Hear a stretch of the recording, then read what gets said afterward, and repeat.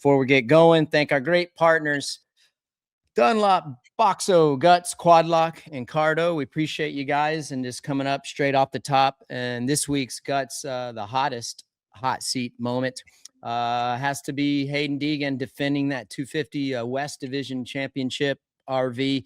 From what I saw, I mean, that guy was just in his own league. Break it down for us. And when you watched him and you watched that main event, I'm curious to know, did you expect that kind of dominant performance, and really for him to put it to Cole like he did after Birmingham? You know, I think that, look, St. Louis, really ruddy conditions, track broke down. Like, I heard it all day. And post-race interviews, like, man, the track was pretty sketchy towards the end of those each one of those main events. It didn't look like that from Hayden whatsoever. Like, he made adjustments when he needed to make adjustments. He was by far the quickest. Is he ready for that 450 class? I believe so. After this SX season that he has had, and the consistency, the dominance that he's had, as smart as a racer that he's become, I think we're going to be in for it for the 450, and we're going to have a great spectator seat in the stands. But, looking back, I listening to the Cole Davies, post interview on the podium, like, I totally get where he's coming from when it comes to, hey, big picture championship, first one for him. I get that too, but also he couldn't hold a candle to Hayden Saturday night, regardless if he wanted to, big picture, any of that type of stuff. Hayden was he was going to the front, and he was going to pull away like he did. And he did it with ease. Yeah, we get a lot of questions throughout the week, RV, about, where do we think Hayden lines up stacks up on the best of all time in the 250 division for sure. And I think it's tough to ask someone like you or me or guys that have had some great success in the 250, kind of put you on the spot. But I mean, I think he ranks up there, with some of the best of us. I really do. And I mean, obviously his stats show that. How dominant he's been. And I feel like, RV, if you watch where he needed to improve based upon last year, and JT brought something up very valid, the areas where Hayden needed to improve, starts, consistency, based upon the last 2 years, he went and he improved there. And as far as, and you said, like, is he ready for the 450? Absolutely. And the reason that I think he is, RV, is because I think he's maxed out. I don't think there's really anything left for him to learn or gain in the 250 class. Yeah, no, I mean, I think for him to keep learning and keep getting better, I think he's going to have to race better guys. Sure. Could he refine the technique a bit more on the 250? Could he go faster on the 250? Yeah, potentially and probably. But from the racer's standpoint, and putting yourself against racing the best in the world on a bigger bike, second main events of the nights, obviously 250s go first, 450. So the track's a bit different, longer motos, longer season, all of those things, sticking or staying, right? Even if he could, wouldn't be beneficial. It's time for him to move up, to take a bigger bite of the sandwich and start working where he's gonna where the pitfalls will be on the 450, if there is any. Sure, there's gonna be some length of the series, like I said, bigger bike, more power. There's, when you get put into a race situation on a 450, it's a little bit different, and along with that whole series. But no, I think, to your point of, like, is he one of the best?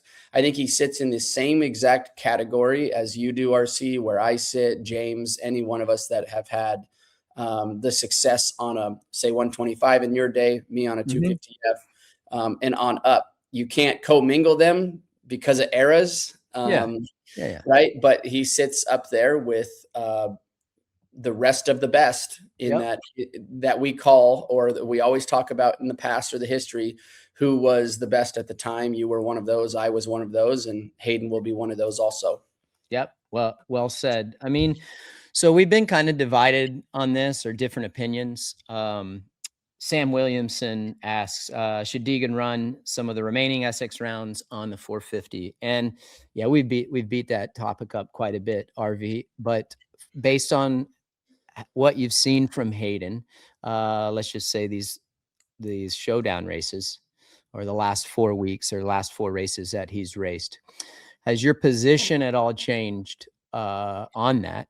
Do you think he should just go ahead and go to the 450 now? Or are you still strong in your stance of, just stay on the 250 and wait till outdoors based on what you've seen the last 4 rounds? Man, that's such a catch-22. Because I think there is some benefits to racing now that the championship's locked up, some benefits to racing the 450 in the Supercross. But I think if this is my kid and I'm Brian and I'm looking at it, I want to give Hayden the best shot at doing well in the 450 long, like for not for, I don't want to use the word championship, but like, hey, you're starting the season off with 0 points with everybody.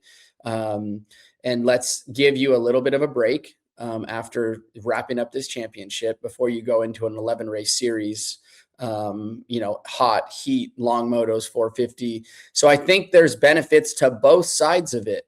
I think I'm still leaning on the side of, hey, let's give you 2 weeks off and let's start testing, getting the bike ready and getting our fitness up for the 450 outdoors so that we can come out swinging. I mean, if I'm him and I come out and then in the first 3, 4, 5 rounds and I'm within, I'm sitting 3rd, 4th in the points of outdoors, that's one hell of an accolade to have and put your hat on and put the feather in it. Is like, hey, first 450 season ever. And I'm sitting here running 3rd, or, I get a race win, or all this pops out of it, comes right out right away within the first 5 rounds of outdoors.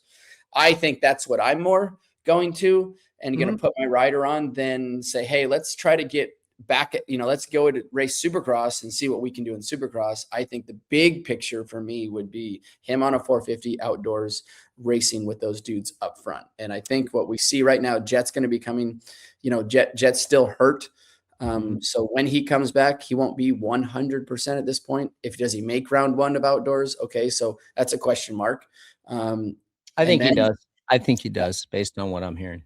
Yeah, well, but you could put yourself in the position that he's in right now. He's got a great shot at coming out, and we know how good he is outdoors. Like, what if the sucker comes out and wins round 1?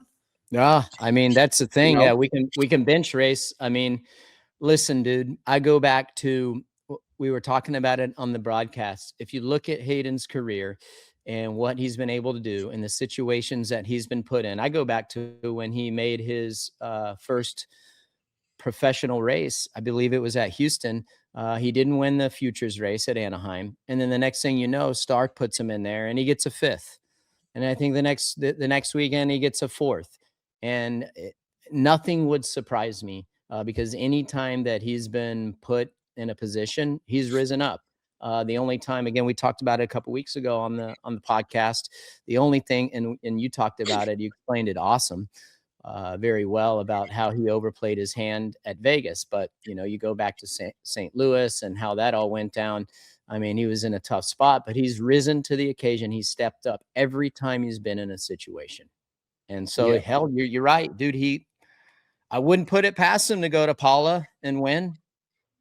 Think about this, all of you, guys like Kenny, guys like Hunter, guys that are in this championship fight right now in the 450, they're going to live in that pressure cooker for another 5 or 6 weekends.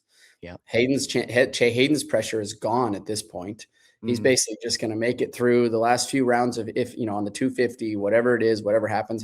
He already hung that number 1 plate on the wall when he goes home, already hanging. So pressure is at an all-time low.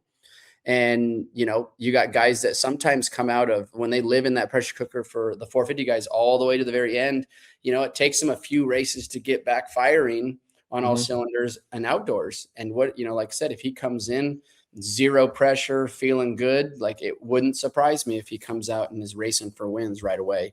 Yeah. That's going to be, dude, it's so much fun. We talked about it again.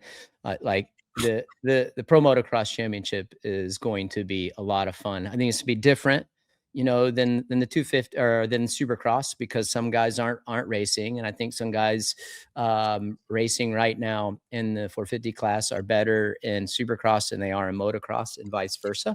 So it's going to be a lot of fun. It's going to be special, and of course, you think about just what that rivalry, the beginning of that rivalry, is going to be with Jet and Hayden. I think it's definitely going to be spicy. So that's it for the Guts Hot Seat Moment of the Week. Great stuff, RV. Hi folks, Lee Diffie from NBC Sports. If you enjoyed what you just watched, well, it's time to bring the action and subscribe to the Motorsports on NBC YouTube channel. You can have it all: news, highlights, interviews, and analysis. So go for it.